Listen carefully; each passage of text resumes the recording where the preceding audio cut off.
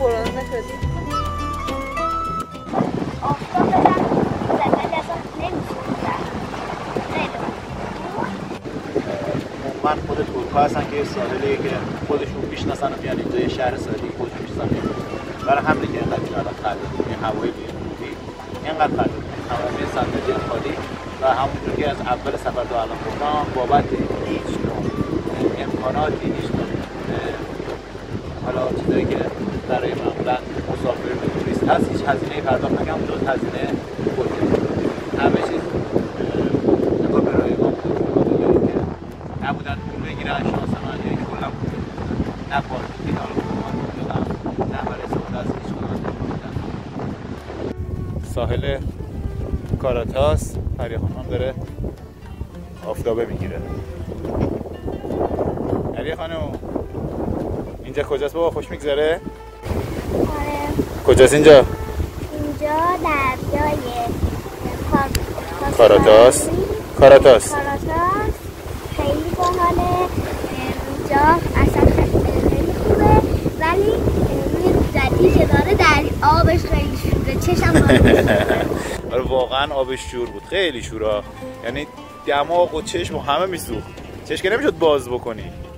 من حالا عینک میزدم زیر آب پر ماهی بود، ولی خب خوبیش اینه که فقط خلوت، یعنی فقط یه سری جمعیت اونجا اومدن یه سری دارن آفتاب میگیرن و ما اونجا میشنم کردیم، یه سری هم تو آبن، خیلی خلوت خوبه. حالا خوب یا بد هم یه ویژگی دیگه که داره، به هیچ وجه تو این شهر و اصلا تو اطراف اینجاها ایرانی نمیاد، چون اصلا مسیری نیستش که ایرانی‌ها بیان. سگش از خودش زودتر اومد، سگ گلدنه. اوه مگه چوبه دارم.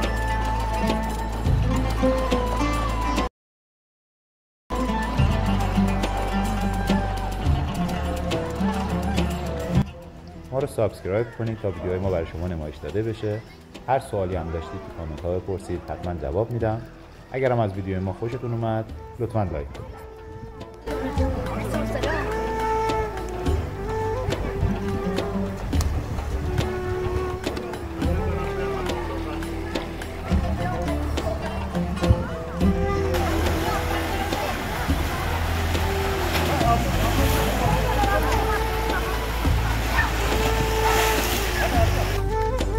تا اینجا اومدیم دیگه، این شهر هم تو مسیر نیست و اینکه کلا خارج از مسیر این شهر. شما باید یه بار بیاید آدانا، از آدانا بیاید تا این شهر، دوباره برگردید آدانا، هر شهر دیگه میخواید برید. اینجا کلا خارج از مسیر رفتن به آنتالیا یا رفتن به طرف وان و ایران. دوباره یه لب ساحل صندلی‌هاش نشوندم. اونم اینجا میره لب ساحل دریای مدیترانه. راستشو بخوای صبح ما هتل بودم پایین بود، ما از این جاده خاکی این بغل لب ساحل اومدیم اینجا دریا شنا کردیم صبح.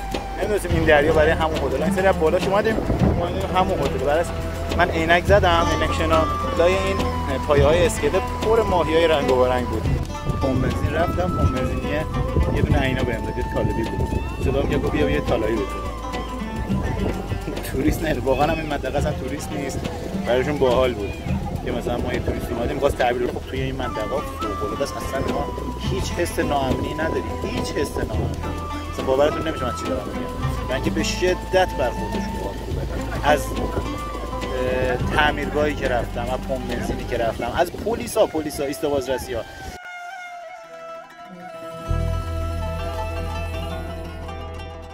خیلی دیگه با من و بابا